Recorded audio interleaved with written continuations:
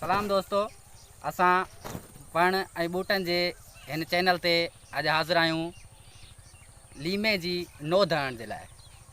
नोध ज़रिए लीमे ॾाढ़ूं ऐं ज़ैतून जे वणनि जो नओं नसुल असां कीअं तरतीब ॾेई सघूं था। ॾाढ़ूं ऐं ज़ैतून त फ़िलहाल हिते न आहिनि, अलबत्ता लीमे जे लाइ असां वटि हिकिड़ो बहितरीनु ॿूटो आहे। असां लीमे जी नोध हणण जो तरीक़ेकार तव्हांखे ॿुधाईंदासीं ऐं बाक़ाइदा करे बि ॾेखारींदासीं। तव्हां ॾिसो ऐं हीअ असांजो अमल तव्हांखे कीअं थो लॻे। असांजो चैनल सब्सक्राइब करियो। ऐं लीमे जी नोध हणण जे लाइ असांखे कहिड़ियुनि शयुनि जी ज़रूरत पवंदी, उहे शयूं तव्हांजे साम्हूं आहिनि। हिकु अदद छुरी, हिकु अदद रंबो या रंबी। जेकॾहिं रंबी हुजे जेका बसरनि जी गुॾ कढण जे लाइ हूंदी आहे, उहा हुजे त वधीक बहितरु आहे। बसरनि जी, मिर्चनि जी या नंढे नंढे फ़सुल जी जेका गुॾ कढण जी रंबी हूंदी आहे त उहा वधीक बहितरु आहे। पर जेकॾहिं न हुजण जी सूरत में असां रंबो बि इस्तेमालु करे सघूं था। पर वधीक बहितरु आहे त असां जेकॾहिं ॿूटे खां ॿाहिरि हणंदासीं त उते असां कोडर बि इस्तेमालु करे सघूं था। कोडर तमामु सवलो ऐं आसानी सां कमु अची सघे थी। जी ओध हणण जे लाइ असां लीमे जी अहिड़ी टारी जी चूंड कंदासीं जेका कची हुजे ऐं आसानीअ सां मुड़ी सघे। मोड़ण जो मक़सदु इहो आहे त जेकॾहिं हुनजी हिकु कुंड ज़मीन जे अंदरि हुजे त ॿिए पासे खां उहा नवे जी कुंड ठाहे उभी थी मथे बीहे। उन जे लाइ बहितरु इहो आहे त असां अहिड़ी टारीअ जी चूंड कयूं जेका आसानीअ सां मुड़ी सघे ऐं टुटी न पवे। खे असां 3 खां 4 इंच अंदरि हिन जॻह ते टुको ॾींदासीं, यानी हिन खे विचां चीर ॾींदासीं।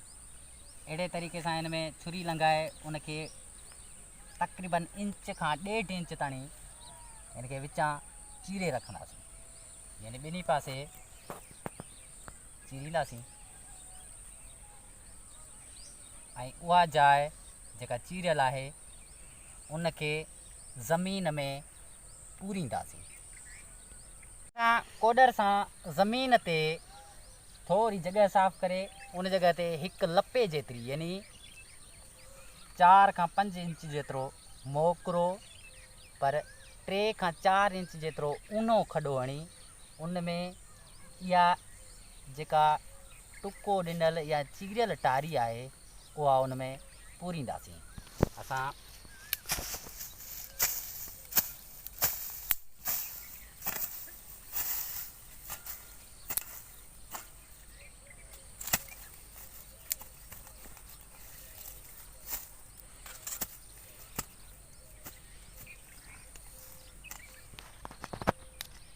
कोशिश कजे त खॾो 2 या 3 इंचनि ताईं गहिरो हुजे ताकी उनखे आराम सां पाणी उनजे चीर ताईं पहुचंदो रहे त वधीक बहितरु आहे। असां हिनखे हिते रखंदासीं, हितां कुझु टेक ॾींदासीं ताकी हीअ असांजे लाइ कुझु गौच मथे थी बीहनि। उनखां पोइ हिन टुके वारी जाइ खे असां पूरे छॾींदासीं। हिन खे पूरण या हिन जे मथां मिटी ॾियण जो मक़सदु इहो आहे त हिते न सिर्फ़ु पंहिंजो लॻाए सघे जेका सो पंहिंजी पाड़, ऐं उनखां पोइ हिन खे मुसलसल 15 ॾींहंनि ताईं असां पाणी ॾींदा रहंदासीं। उनखां पोइ इहा असांजी नोध तयारु थी वेंदी, हितां ई फुटी निकिरंदी ऐं इहा जेका जिते असां टुको ॾिनो उन जॻह ते उहा पाड़ हणी वेंदी। 15 ॾींहंनि जी जॻह ते असां 20 ॾींहं या महीनो छॾे हिन खे हिन ॿाहिरें हिसे खां हिते जेकॾहिं कटे छॾींदासीं त हीअ असांजो लीमे जो या लीमे जी हिकिड़ी नई चकी तयारु थी वेंदी।